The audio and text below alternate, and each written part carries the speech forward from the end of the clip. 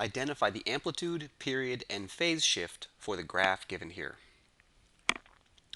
The amplitude of a sine or cosine function we can look at as the highest point, the highest y value that this attains. And we can see this happens at 1, 2, 3. The amplitude is 3.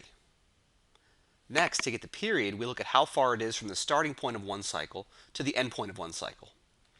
So if we pick our starting point of one cycle to happen right here at 3 pi over 8, this is where the function is 0 and on its way up. We look for the next point when the function is 0 and on its way up.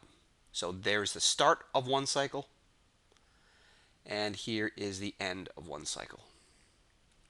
So the period is the distance between these two. So each tick mark we have here is 1 pi over 8. That tells us that the x value at the end point here is 5 pi over 8. And the starting point, we know that its x value is negative 3 pi over 8. So the period is the difference between these. So we take the end point, 5 pi over 8, and we subtract the starting point, which is negative 3 pi over 8. These have the same denominator, so we combine and get 8 pi over 8, which will reduce to just pi. Okay, and then finally the shift is just the starting point of one cycle. Now we happen to choose this sine graph so that the starting point we identified is negative 3 pi over 8, so our shift is negative 3 pi over 8.